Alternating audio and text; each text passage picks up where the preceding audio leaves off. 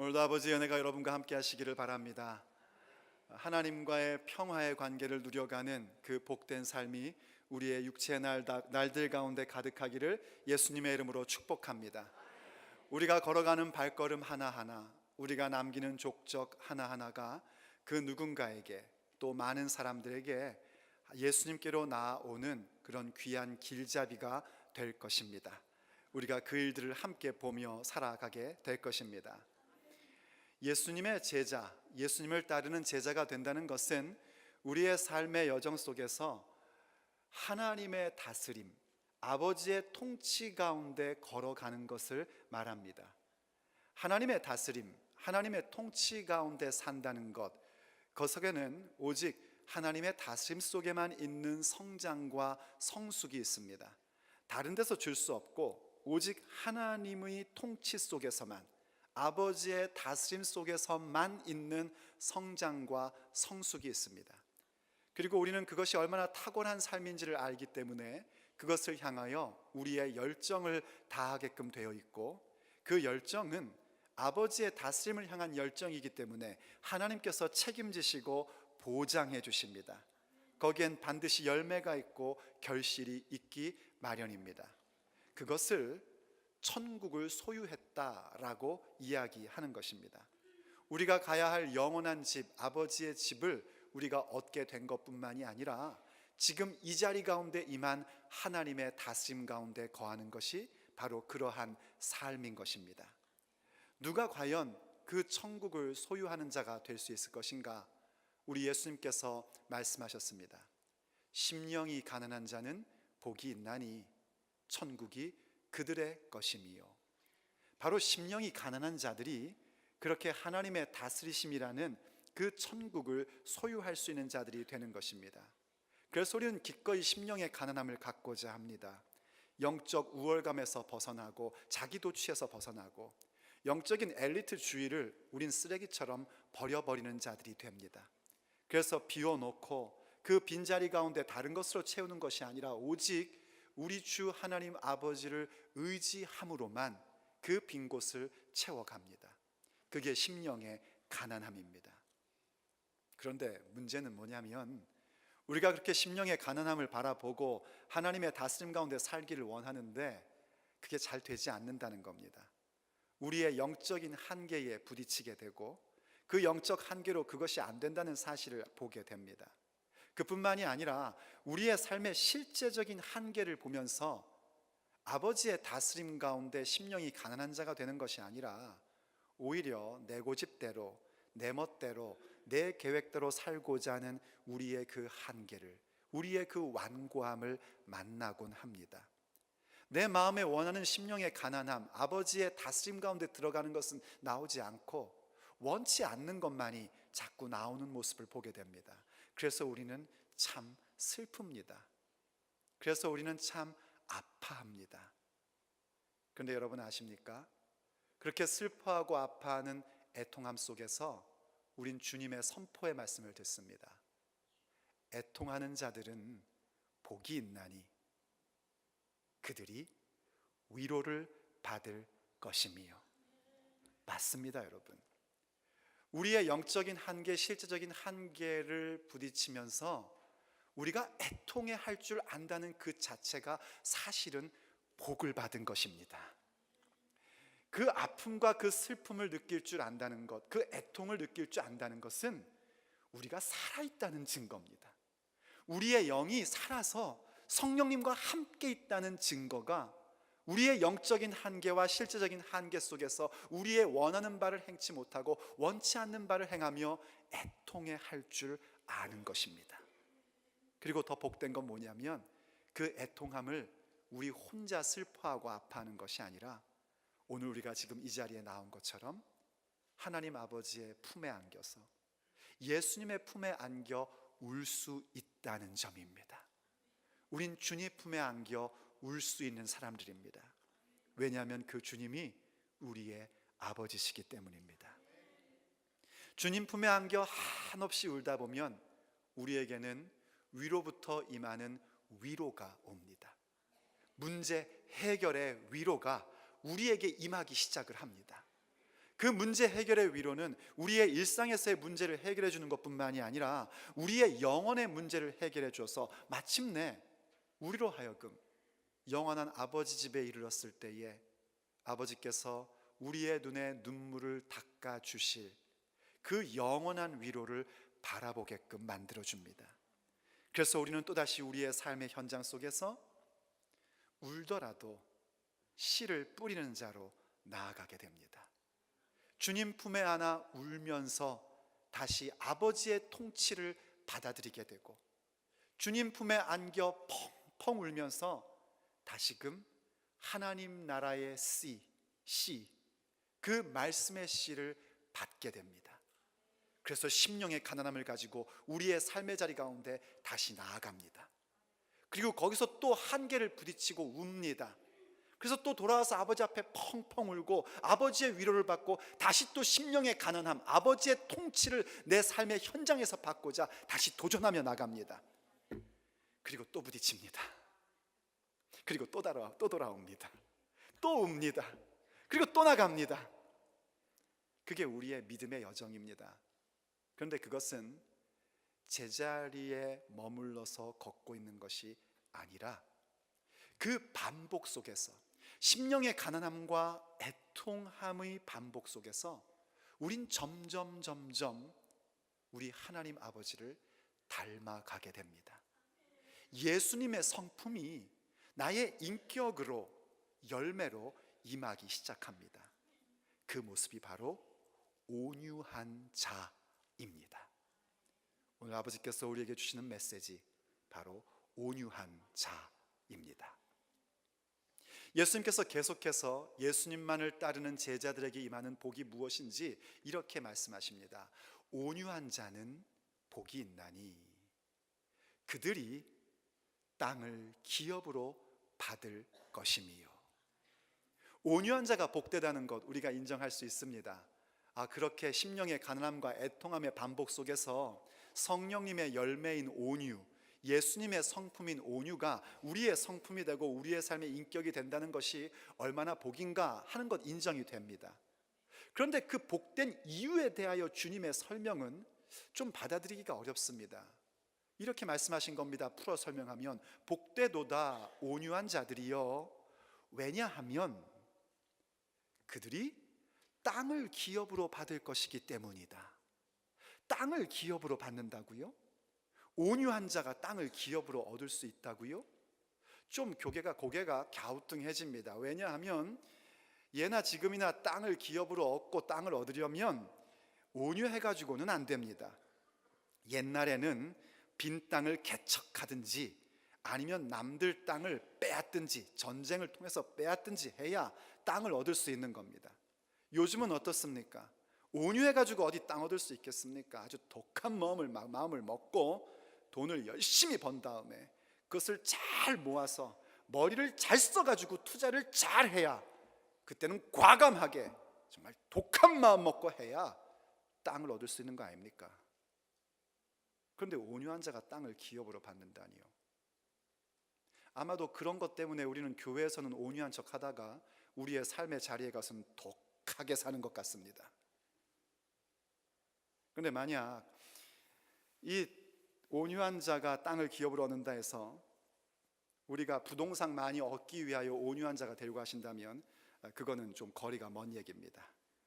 오늘 주님께서 우리에게 말씀하신 땅을 기업으로 얻는다는 것은 우리가 이 땅에서 부동산 많이 얻어서 부동산 부자 된다라는 말씀이 아닙니다. 그럼 땅을 기업으로 얻는다는 말씀은 과연 무엇을 말씀하는 것일까요? 먼저 우리가 그 부분에 대해서 함께 말씀을 나눠봐야 됩니다. 땅을 기업으로 얻는다는 것은 첫째, 이 세상에서 하나님과의 화평을 누린다는 것입니다. 왜냐하면 그건 이런 이유 때문입니다. 오늘 본문에서 예수님께서 땅을 기업으로 얻는다 할 때 그 땅이라는 단어는요, 우리가 농사 짓고 집 짓는 땅의 개념보다는 세상이라는 뜻입니다. 예수님께서 언젠가 그런 말씀을 하셨죠.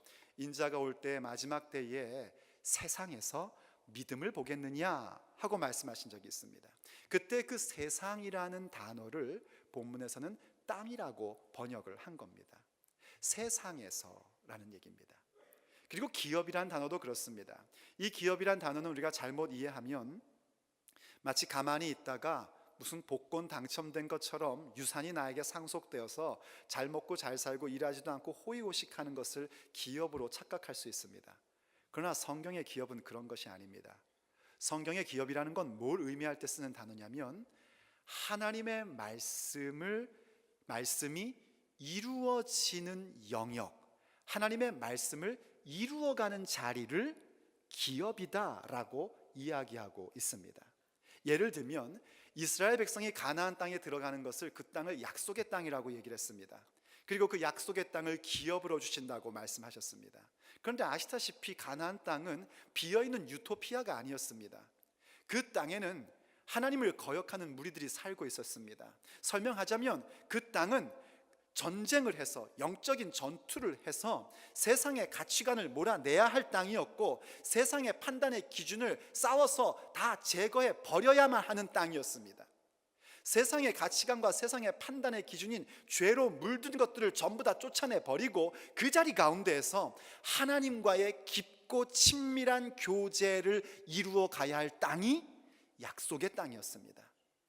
그래서 그 땅 가운데 그 모든 죄악을 제거해 버리고 하나님과의 깊고 친밀한 교제 속에 하나님과의 화평함을 이루어 가는 것을 기업이라고 설명하고 있는 것입니다. 그래서 우리가 정리하면 그렇습니다. 우리가 땅을 기업으로 받는다는 것은 부동산 투자해서 땅 부자가 된다는 얘기가 아니라 우리가 이 땅에서 살아가는 육체의 날들, 곧 예수님을 영접하고 예수님을 따르는 제자 되는 삶을 결정한 그 육체의 날들 가운데 하나님과의 깊고 친밀한 교제를 통하여 하나님과의 화평을 누리며 사는 것이 바로 땅을 기업으로 받는다는 참 의미인 것입니다. 이 말씀을 기억할 때 우리는 시편 37편 이하의 말씀이 뭔지 얼른 이해를 할 수 있습니다. 시편 37편 9절로 11절 말씀에서 이렇게 말씀하신 적이 있습니다. 진실로 악을 행하는 자들은 끊어질 것이나 여호와를 소망하는 자들은 땅을 차지하리로다. 하나님께서 우리에게 땅을 차지하게 해주신답니다. 악인들은 다 끊어버리신답니다. 그리고 10절에서 이렇게 말씀하십니다. 잠시 후에는 악인이 없어지리니 그곳을 자세히 살필지라도 없으리로다. 사실 언제 이 악인이 다 없어질 것이냐면 우리의 영원한 집에 이를 때에, 우리 예수님 다시 오실 때 악인들은 영원히 없어지게 될 것입니다. 그 사이에 우리는 하나님을 경외하는 자, 하나님을 소망하는 자로서 이 땅을 차지한다는 것은 이 땅 가운데 하나님과의 화평을 누리게 되는 것이고, 그럴 때 우리에게 영원한 영토인 천국이 우리에게 또한 기업으로 주어지게 되는 것입니다. 그래서 11절에서 이렇게 얘기합니다. 그러나 온유한 자들은 땅을 차지하며 풍성한 화평으로 즐거워하리로다. 바로 온유한 자가 땅을 차지하게 됩니다. 온유한 자가 이 땅 가운데서 하나님과의 풍성한 화평을 누리며 살 수 있는 자들이 되는 것입니다.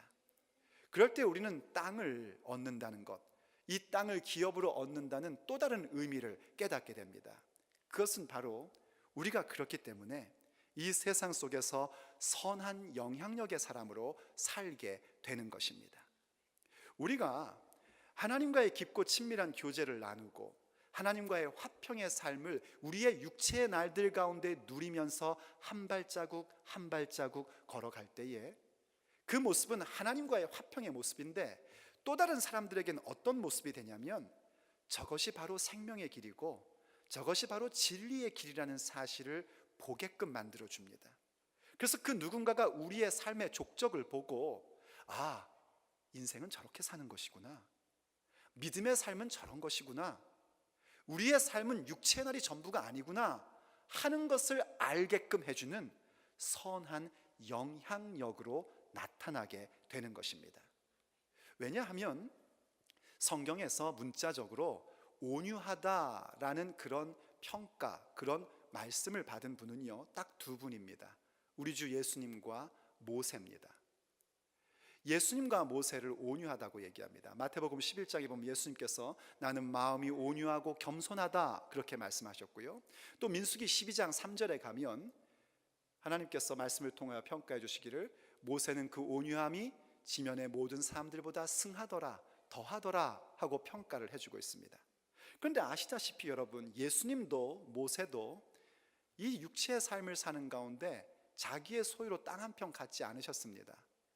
예수님은 십자가에서 죽으시고 누울 곳이 없어서 부자의 무덤에 빌려 누우셨고, 모세는 심지어 약속의 땅도 들어가지 못했었습니다. 그런데 그들이 온유한 자라고 성경은 말씀하고 있습니다. 무엇입니까? 모세가 하나님의 부르심을 받고 모세의 삶은 전부 다 하나님과의 깊고 친밀한 교제 속에서 살던 삶이었습니다. 하나님과의 화평을 누리는 삶이었습니다.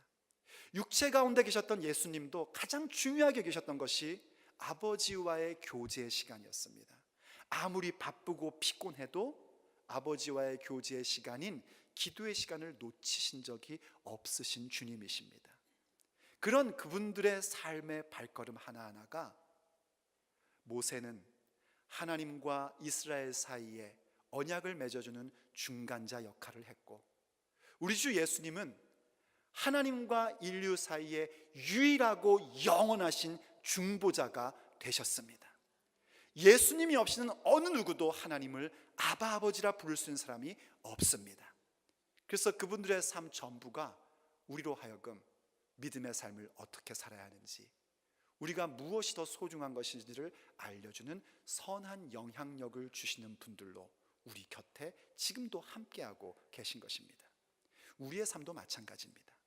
우리가 땅을 기업으로 얻는다는 것은 하나님께서 우리에게 부동산 부자 되게끔 해주신다는 얘기가 아닙니다. 여러분 가운데 몇 분은 실망하는 표정을 지으시는데 그래도 할 수 없습니다. 진리를 선포해야 됩니다. 여러분, 저는 여러분들이 전부 다 물질적으로도 부자 되기를 원합니다. 또 아버지께서는 뜻하시면 여러분들을 물질로도 창대하게 해주실 줄로 믿습니다. 예수님의 이름으로 축복합니다. 그런데 그게 우리의 목적 아니란 말입니다. 땅을 기업으로 얻는다는 것은 바로 그렇게 하나님과의 깊고 친밀한 교제 가운데 내 육체의 날들 속에서 하나님과의 화평함을 누리고, 그 모습이 그 누군가에게 선한 영향력으로 임하게 되는 것입니다. 그런 사람들이 결국은 실존적인 땅을 얻게 됩니다.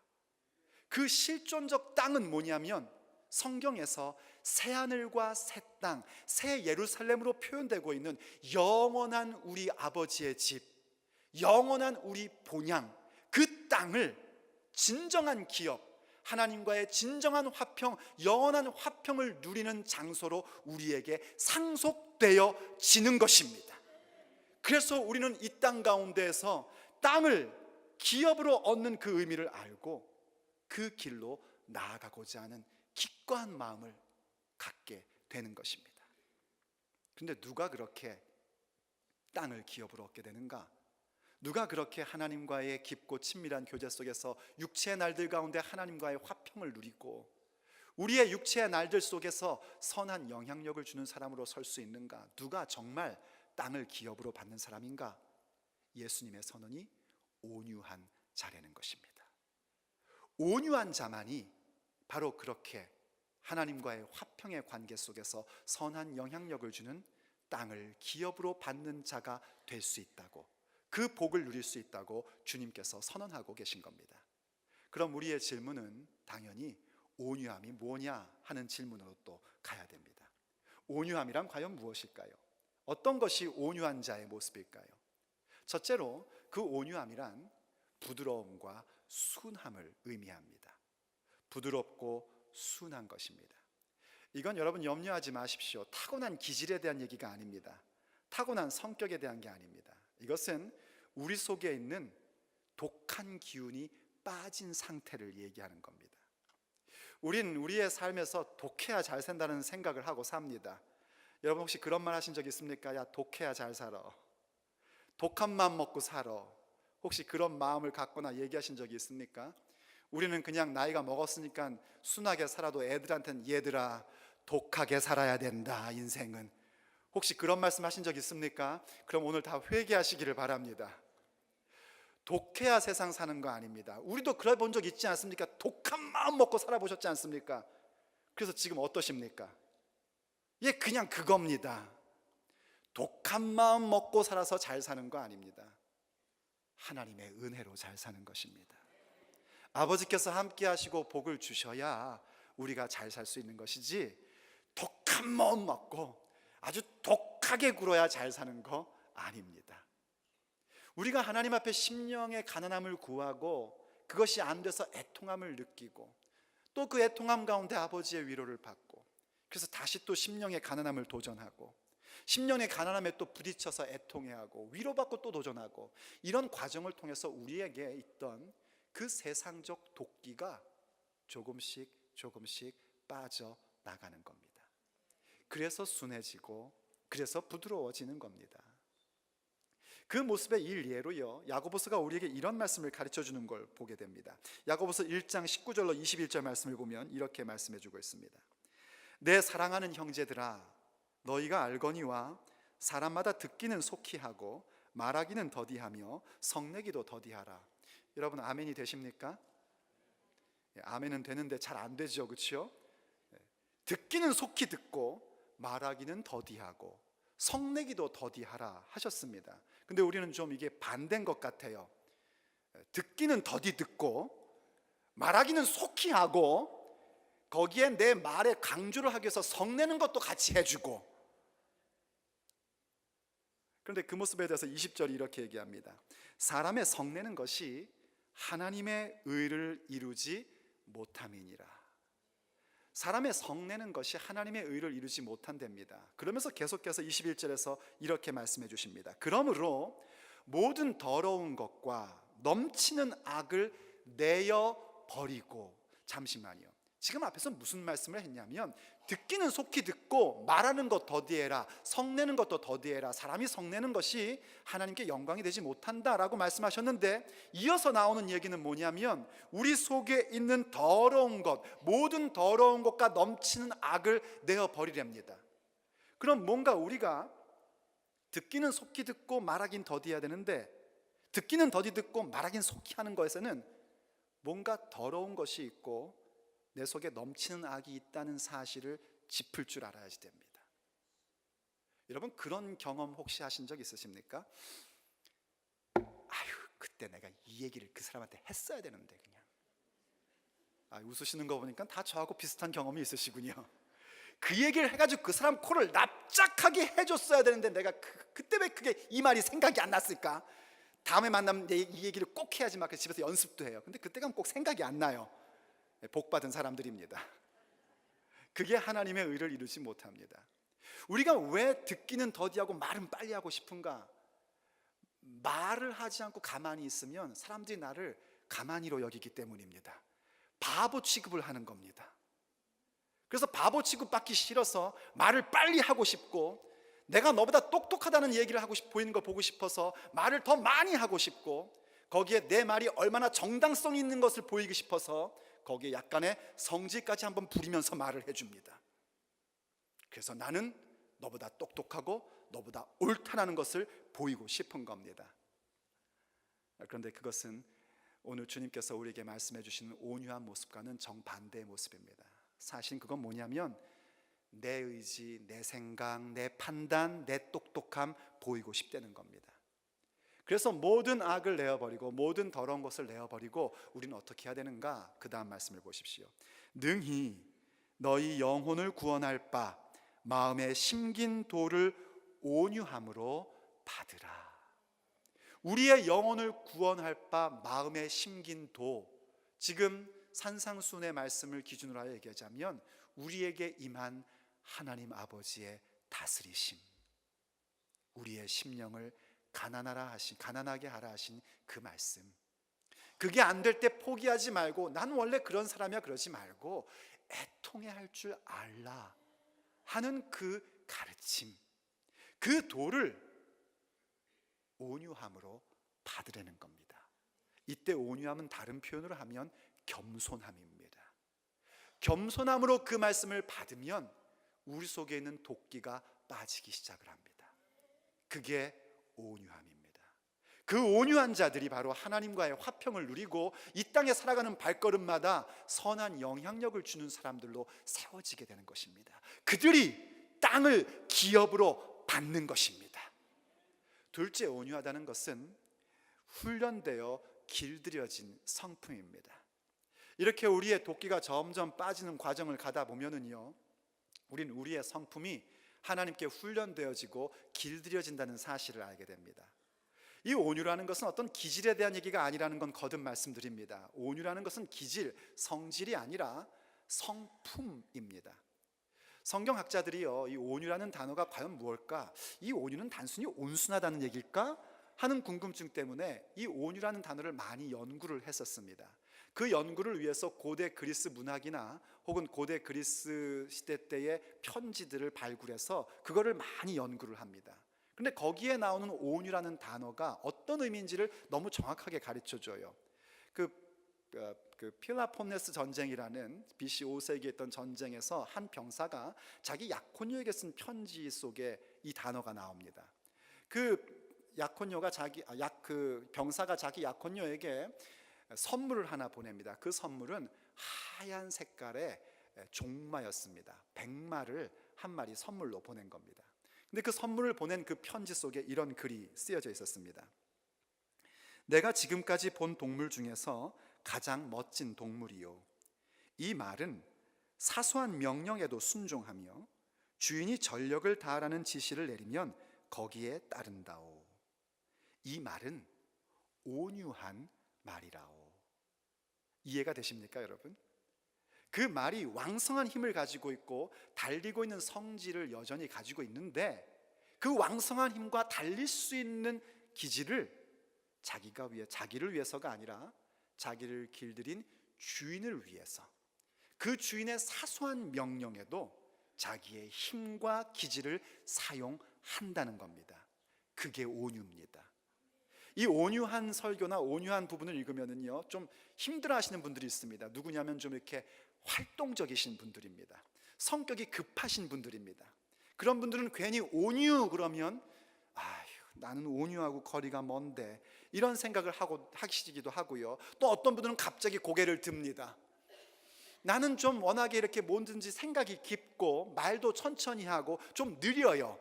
그런 사람들은 그것이 온유라고 생각해서 온유함 그러면 난 온유해 이러는데 그거 아닙니다. 아무리 우리가 말을 천천히 하고 성품이 온순하고 또 느리다 할지라도 그것이 하나님의 영광을 위해서 사용되지 않으면 그건 온유한 거 아닙니다. 그러나 내가 좀 성격이 급하고 다혈질이고 그래서 온유라는 말을 들으면 굉장히 찔리고 한다 할지라도 그 격한 성품을 하나님의 영광을 위해서 쓰면 그것이 온유입니다. 이해가 되시면 아멘 하십시오.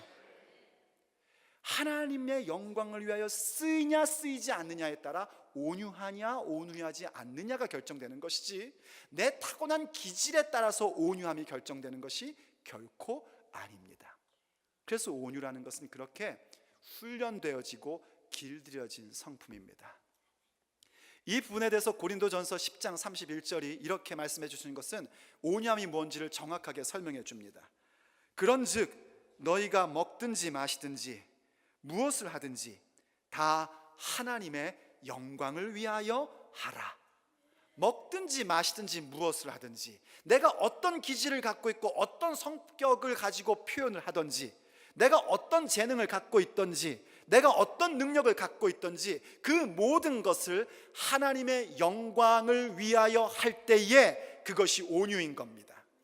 예수님은 성품이 온유하고 겸손하신 분이십니다. 그런데 그런 예수님께서 성전에 들어가서 성전 이방인의 마당에서 장사하는 모습을 보며 복음이 이방인에게 증거되는 것을 방해하는 그 모습을 볼 때에 그분은 그분의 분노를 보여주셨습니다. 그것은 성내는 것이 아니라 분노입니다. 분노함의 특징은 뭐냐면 계획되고 준비되어 있는 겁니다. 예수님께서는 모든 것을 준비하셔서 그분의 분노를 보여주셨습니다. 그리고 또한 예수님께서는요, 사람들을 자꾸 엉뚱한 길로 인도하고 위선의 모습을 떨고 있는 제사장들과 바리새인들을 향하여 욕을 하셨습니다. 독사의 자식들아. 그건 사실 욕입니다. 회칠한 무덤들아. 그런데 그분은 온유하십니다. 왜냐하면 그 분노조차도, 그 모든 언어조차도 오직 하나님의 영광을 위하여 하셨기 때문입니다. 모세가 지면에서 모든 사람들보다 더 온유하다는 얘기도 마찬가지입니다. 모세가 하나님의 부름을 받은 이후 그는 자신이 가지고 있는 모든 권위와 능력과 권세를 하나님의 영광을 위하여 사용하던 사람이었습니다. 그래서 온유함이란 훈련되고 길들여진 성품, 다시 말해서 하나님께 완전히 사로잡힌 성품입니다. 하나님께 사로잡혀서 하나님의 뜻 가운데, 아버지의 통치 가운데 내가 무엇을 갖고 있든지 어떤 기질이든지 그 모든 것을 사용할 줄 알게 되는 것. 그들이 온유한 자요, 그들과 하나님께서 화평을 주시고 그들로 하여금 선한 영향력의 사람으로 세우는, 땅을 기업으로 받는 축복을, 그 복을 아버지께서 주시는 것입니다. 세 번째로 온유하다는 것은 평정심을 간직한 통제력입니다. 자, 보십시오 여러분. 하나님 앞에서 늘 심령의 가난함을 구하고 안 돼서 애통해하고, 애통함 가운데 또 심령의 가난함에 씨를 뿌리고 또 애통해하고, 그러는 가운데 우리의 도끼가 조금씩 빠집니다. 제가 개인적으로 목사로서 제일 행복할 때가 뭐냐면, 처음 우리 교회 이렇게 왔을 때의 그분의 모습과 몇 년이 지난 다음에 그분의 모습이 도끼가 빠진 모습을 봤을 때 목사로서 개인적으로 굉장히 행복합니다. 전 같으면 벌써 한바탕 하셨을 뿐인데 그냥 에휴 이러고 넘어가시는 그 모습을 볼 때 저는 개인적으로 목사로서 아주 행복감에 젖어듭니다. 도끼가 빠지셨구나, 이런 생각을 갖기 때문입니다. 여러분 전부 다 도끼 빠지시기를 예수님의 이름으로 축복합니다. 그러면서 점점점 하나님께 사로잡히고 성령님께 사로잡혀서 내게 있는 모든 성질, 기질, 재능, 그러한 것들이 하나님의 영광을 위하여 길들여지고 사용되는 모습, 그 속에 하나님께서는 평화를 주십니다. 그 사람의 심령에 평강을 주십니다. 그 평강은 평정심으로 유지될 수 있습니다. 아무리 비바람이 쳐들어도요, 우리 속에 있는 그 평정심은 빼앗기질 않습니다. 어떤 글을 보니까 그런 내용이 나오더라고요. 바람이 불고 파도가 쳐도요, 수심 10m 이하 아래로 내려가면 거기는 고요하답니다. 우리가 받은, 하나님으로부터 받은 평화라는 것은 그런 평정심 같은 겁니다. 우리의 인생에 여러 파도가 치는 일들이 많죠. 바람 불죠. 그런데 깊이 들어가 보면 거기에는 아버지께서 주신 평정심이 있습니다. 그 평정심으로 인하여 우리는 무엇을 할 수 있게 되냐면 내 인생의 흐름에 대한 통제력을 갖는 힘을 발휘하게 됩니다. 어떤 통제력이냐면 내게 주신 평정심으로 말미암은 그 권위와 그 능력이 반드시 사용되어야 할 자리에 사용되게끔 하는 그 통제의 능력을 우리가 선물로 받게 되는 겁니다. 그 힘이 온유입니다. 모세가 온유한 자라고 성경이 말씀하고 있지 않습니까?